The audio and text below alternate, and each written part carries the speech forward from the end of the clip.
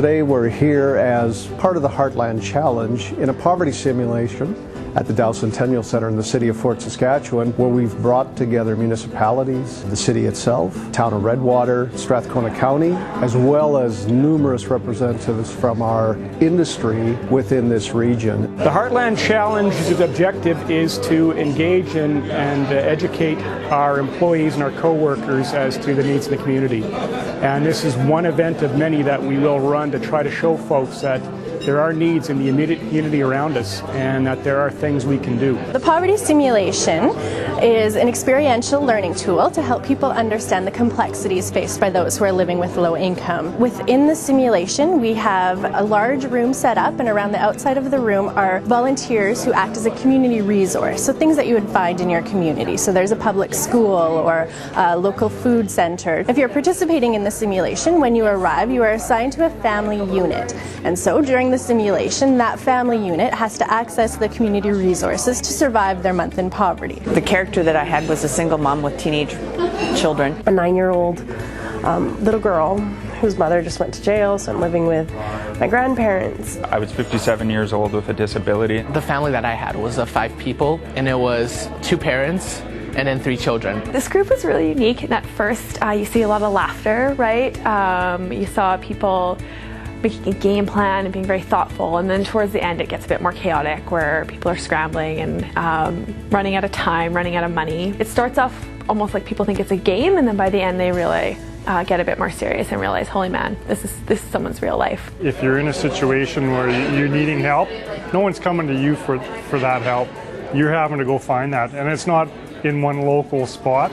You're having to go here, you're having to go there, and you're having to gather that information on your own. Things like transportation get in the way, having to get places to pay bills, having to get places to apply for jobs, to get social services of some type or community services of some type. So I think it creates a lot of angst, a lot of frustration, a lot of unknowns, and it really developed for me a lot of empathy. It really exposed some things to me that I didn't quite understand, like transportation, how difficult transportation is for people that are impoverished, and how much public transportation is a key role in our communities. Very humbling for myself to understand that further. It'll provide me with a lot of tools and understanding to empower people, empower myself, teach, train, and get more involved in my community to help the situation. I'm certainly going to go back and have conversations with my family and also my colleagues at work. I think it would be really a great exercise for everybody to go through. I'm not sure a lot of people believe poverty exists in Fort Saskatchewan, but it does. The key message that I can give out to everybody is that poverty exists in every municipality. Sometimes you have to look for it. We have a food bank that serves over 100 clients. We have people who utilize our Families First. We have families who use the Boys and Girls Club. These families need assistance. Whether or not you can relate with a particular situation, everyone at some point has felt upset, angry, ignored, not valued as an individual. And being able to identify with those feelings can help create that sort of empathy and understanding for the situations that these people are going through. When you feel like you can connect, you feel like you can make a bigger difference. I wanted perspective from this, and I feel like it's something that everyone should have because it helps you connect with people, especially if you have some idea of how it is to live in this type of manner.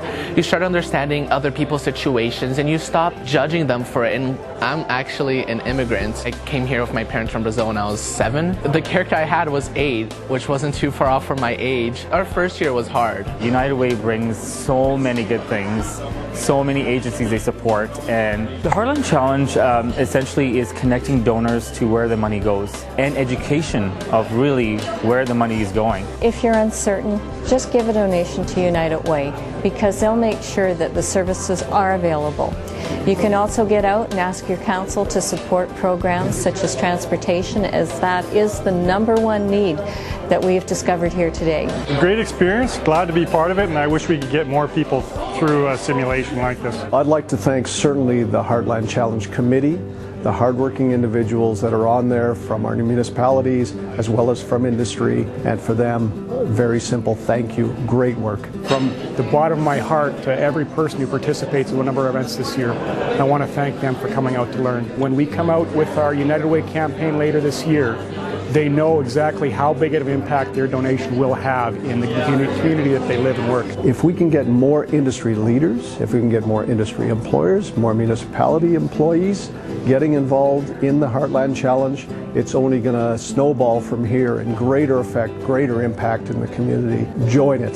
Heartland Challenge is here, and we're getting more and more traction every day.